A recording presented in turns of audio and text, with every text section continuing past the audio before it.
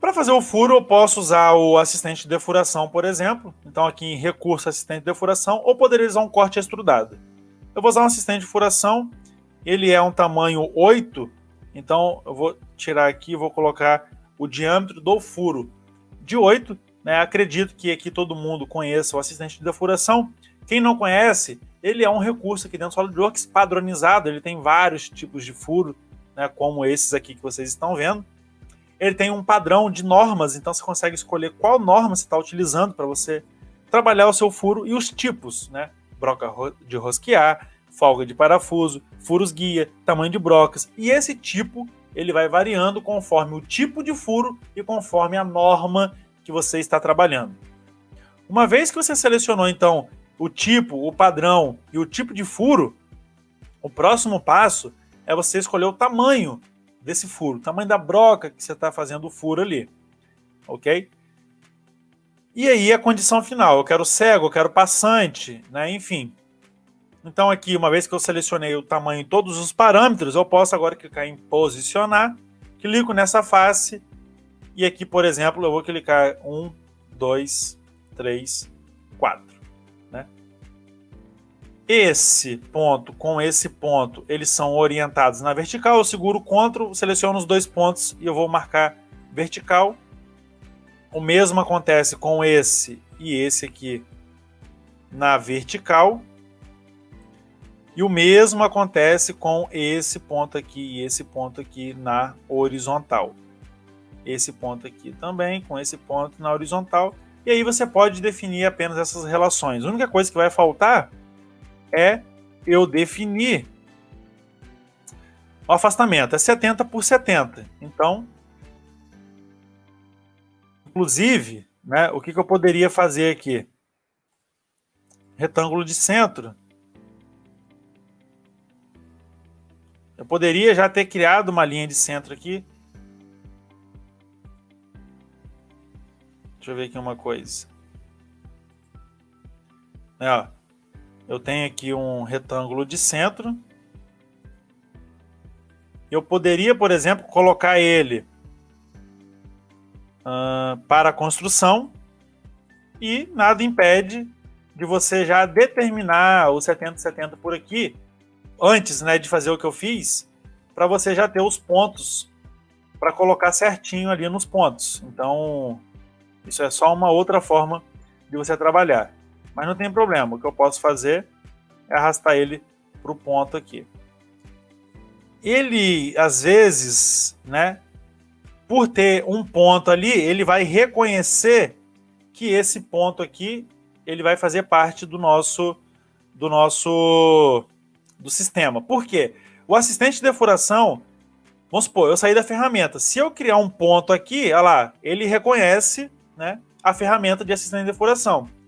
Quando você cria um recurso desse, por exemplo, que a gente criou, eu estou criando um ponto ali.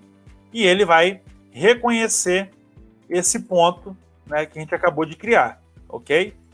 Então eu poderia, de uma forma, excluir aquele ponto e aí a nossa origem, enfim, vai ficar azul e você poderia travar ela de uma outra forma. O que eu fiz, eu só excluí aquele ponto para ele não marcar, né, não marcar a posição. E daí, obviamente, pessoal, que eu poderia simplificar muito mais do que isso, mas como eu quero mostrar o recurso para vocês, eu estou travando o meu esboço para ficar certinho para vocês conseguirem visualizar, ok? Então, uma vez que eu fiz isso, eu dou um ok e beleza. Eu fiz a minha furação.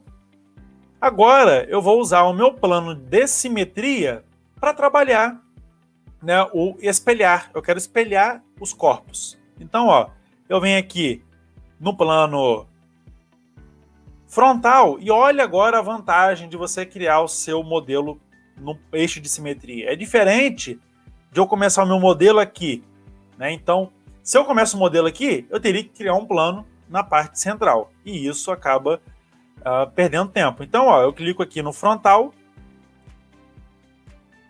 posso até segurar um Ctrl e clicar nessa peça aqui, por exemplo, e espelhar. Tá? Ele já vai jogar para aquele lado ali. Eu dou um OK. Opa. padrão de geometria. Deixa eu ver. Ah, tá. Desculpa aqui, ó. Eu esqueci de selecionar, editar recurso, o ressalto e eu quero o furo, né? Senão ele só vai o ressalto, por isso que ele não foi o furo. E aí você seleciona o padrão da geometria e você dá um OK. Beleza, ele fez isso aqui.